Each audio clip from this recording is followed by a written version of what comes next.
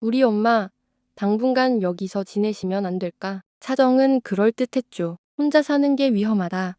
병원도 멀다. 밤마다 외로워하신다. 그 말들을 듣고 있는데 묘하게도 마음 한 구석이 싸늘해졌어요. 이건 상의가 아니라 통보였거든요. 결국 시어머니와 함께 살게 되었습니다. 그날 저녁, 시어머니는 당당히 캐리어를 끌고 들어오셨어요. 한 며칠만 신세 좀 질게. 말은 그렇게 하셨지만 그 짐은 며칠치가 아니었어요. 방 하나를 차지하기 충분한 분량이었죠. 남편은 해맑게 말했어요. 엄마 방은 안방 옆 작은 방 쓰시면 돼. 지은아 괜찮지? 내가 언제 괜찮다고 했던가요? 하지만 대답은 못했어요. 그 순간 저는 이 집의 주인이 아니라 주인이 정해준 방을 빌려 쓰는 사람 같았거든요. 그날 밤 잠을 잘 수가 없었어요. 거실 쪽에서 들리는 희미한 발자국 소리, 부엌 불을 껐다 켜는 찰칵 소리, 그리고 새벽녘 시어머니 방에서 조용히 틀어둔 라디오 소리까지.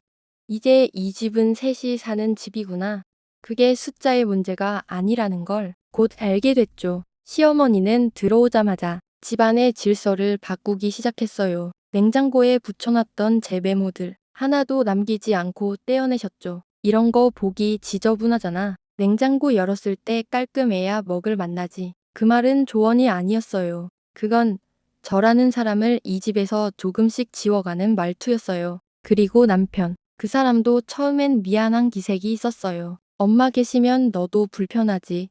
당분간만이니까. 말도 조심조심했고 눈치를 보며 제게 물었어요. 그런데 요즘은요. 그 사람 이제 당연하게 굴어요. 시어머니가 거실을 자기 침실처럼 쓰는 것도, 밥상을 마음대로 바꾸는 것도, 제 살림을 뒤엎는 것도 엄마니까 그럴 수 있지. 그 한마디면 끝이에요. 이 집에서 불편한 사람은 이제 저 하나뿐이 됐습니다. 시어머니는 식사 시간을 참 중요하게 여기셨어요. 하루의 기운은 밥상에서 오는 거야. 그 말은 들을 땐 그럴싸했어요. 근데 그 말 끝에 붙은 행동들이 조금씩 저를 미치게 만들었죠. 처음엔 반찬을 참 많이도 만드셨죠. 두부조림, 조기구이, 소불고기, 상다리가 휘어지게요. 근데 이상하게도 고기 반찬은 꼭 남편 쪽에만 놓였어요. 남편 앞엔 불고기 한 접시가 놓이고 제 앞엔 콩나물 무침, 시래기 된장, 나물무침. 정말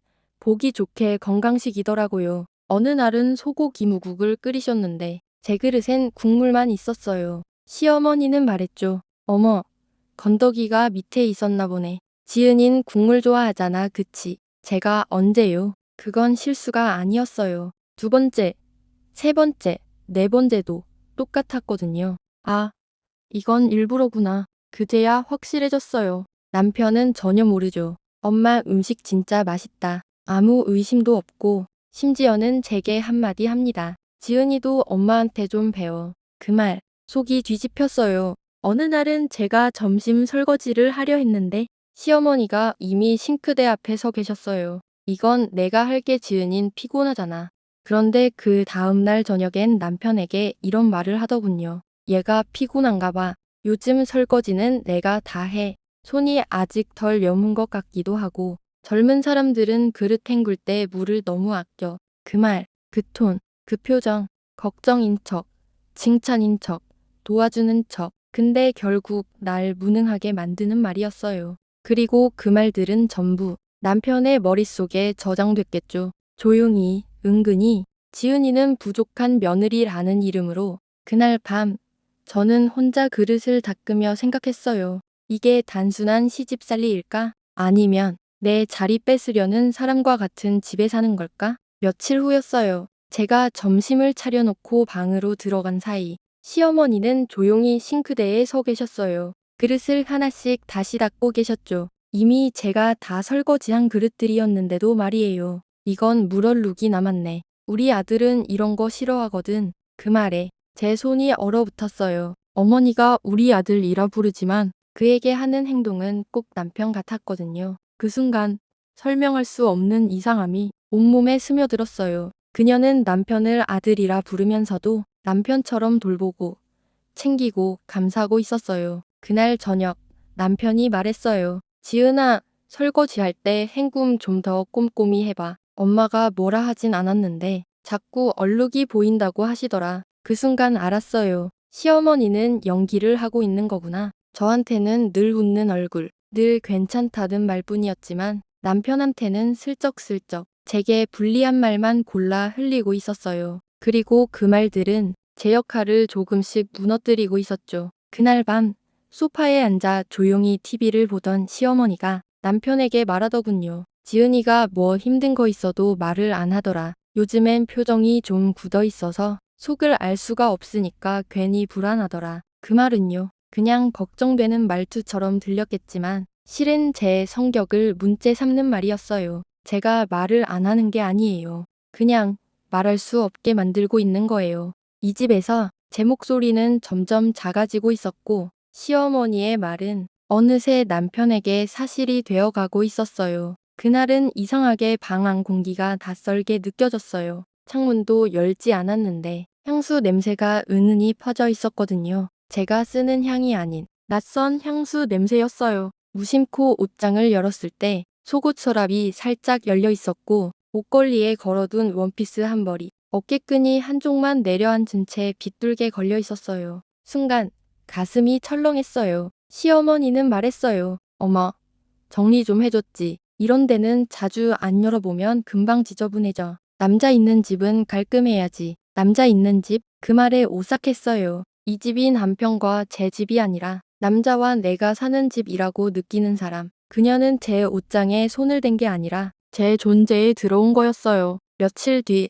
또 하나 이상한 일이 있었어요. 남편 생일을 맞아 케이크와 셔츠를 준비했는데 아침에 보니 이미 새 셔츠가 침대 위에 놓여 있었어요. 엄마가 하나 골랐지. 지은이가 바쁠까봐. 우리 아들 이런 디자인 좋아하잖아. 남편은 별 생각 없이 웃으며 입었고 저는 남편을 바라보며 가만히 앉아 있었어요. 시어머니는 이 집에서 단지 함께 사는 식구가 아니라 남편과의 사이에 깊이 끼어든 존재라는 걸 그녀는 남편을 위해 밥을 차리고 옷을 챙기고 감정을 나누고 하루의 리듬을 맞춰가고 있었어요. 그런데 저는 그 틈에서 조용히 밀려나고 있었죠. 시어머니는 아침마다 누구보다 부지런히 움직이셨어요. 남편 출근 시간에 맞춰 생강차를 끓이고 그의 셔츠를 다려서 침대 위에 펴놓고 운전할 때 먹을 음료랑 간식도 챙겨두셨어요. 그걸 보며 저는 묘한 기분에 사로잡혔어요. 엄마가 아니라